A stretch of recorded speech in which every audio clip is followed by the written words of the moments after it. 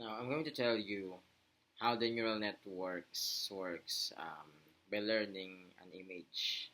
So, um, like for example, if you fed a neural network, let's say the image is already cleaned and vectorized. Okay, so let's say the image is 28 by 28. So we should design the neural network's input layers as 784 because the 28 by 28 image pixels, when we equivalent of it, is equivalent to 784 pixels.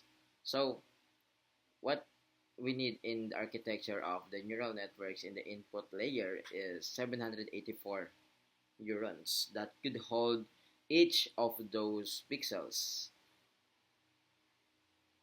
Okay, each of those pixels, and then it will forward to the hidden layer or the dense layer where um, we have um, weights and biases side of it, and those weights and biases are initialized randomly. And what we actually does is we multiply all each of those features, okay, each neuron's features.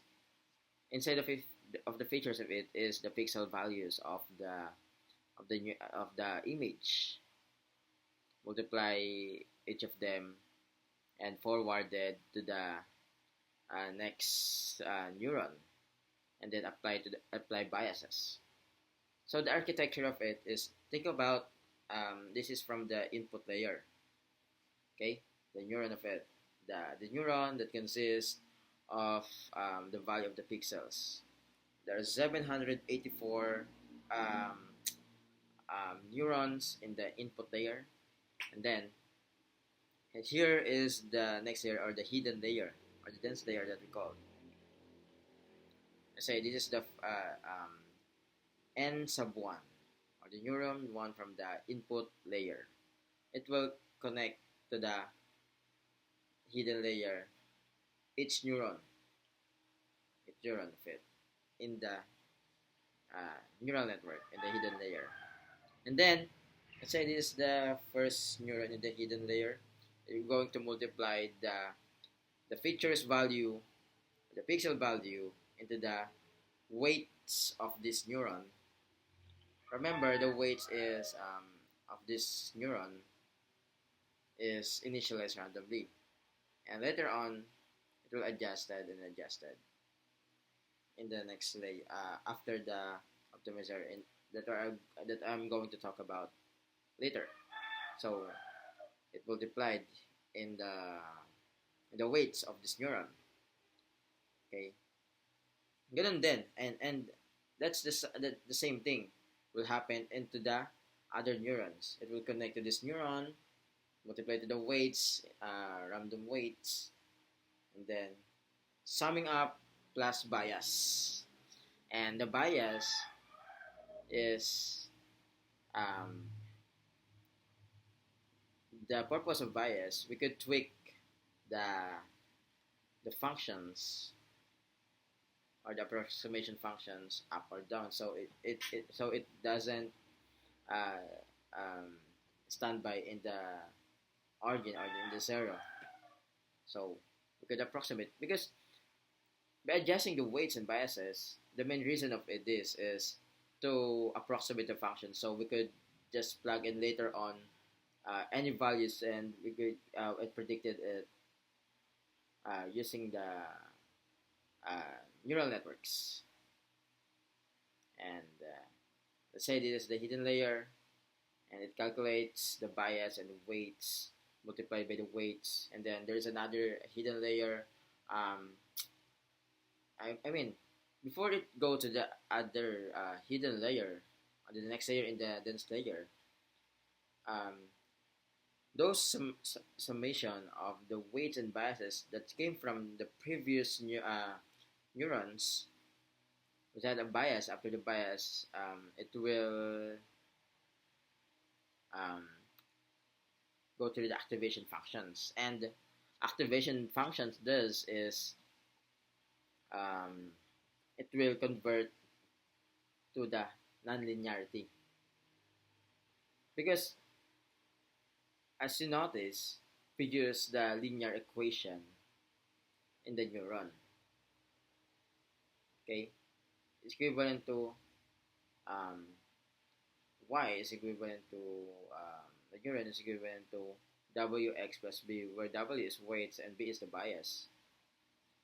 If we couldn't do it, it will just ends up or collide as a just a linear line, and we don't want that because the real world data or the actual data is not a linear. So remember, we say that the neural network is an approximation functions. If we do that, we couldn't get or match the functions that we needed for the neural network. So it couldn't predict well. Okay, so we're in the hidden layer. Here in the hidden layer, in the early in the early layer of the hidden layer, we just um, the neural network is trying to make or we just we gotta figure out the some of the features of its textures like that, calculating it, and um, it's just learning the the edges, textures, and the another hidden layer, another uh, layer in the dense layer. As we goes by, we just actually um, recognizing, and not just recognize because that is an output layer. We just actually making a pattern clearly, and like we have a shapes like that, but we don't have the prediction yet. That's in the output layer, and in the output layer, thus is we have a prediction. Okay, and those prediction are actually um, during your training. Okay, during your training, those prediction is actually making a difference, or we're just having compared it to the actual data, label data. If this uh, um, actual data and this predicted value is the same, if it's not, we're just calculating the loss. Okay, we're just calculating the loss of it out of the predicted value. And here we go.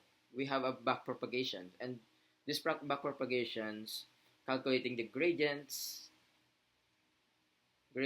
of loss with respect to the weights and biases or the parameters back to the from the output to the input, calculating each parameters,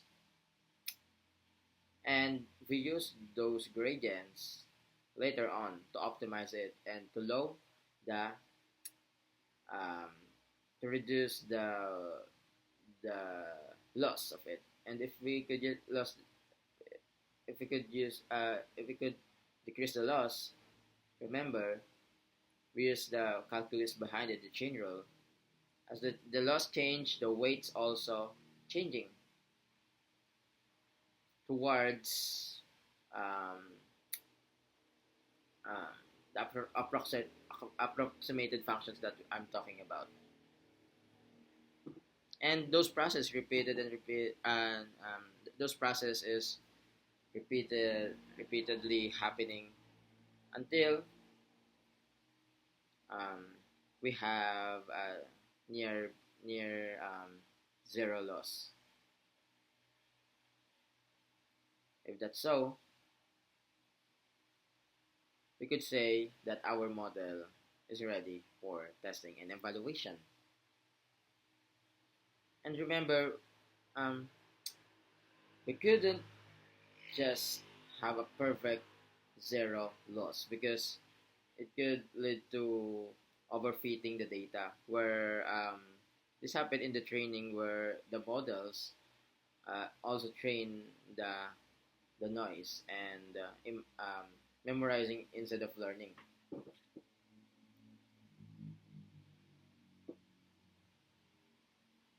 That's the power of backpropagation. Because backpropagation calculating the gradients, okay, and here is the optimizer updates the loss towards the minimum because gradients in the backpropagation, the gradients is the rate of uh, how the each parameters having an error or how much error it does.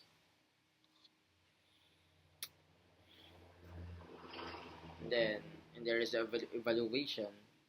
We could use and after training here is the inference. The inference means we're just testing and evaluate the data whether um, we could use whether it's accurate or not. We could use the unlabeled data to make sure its accuracy.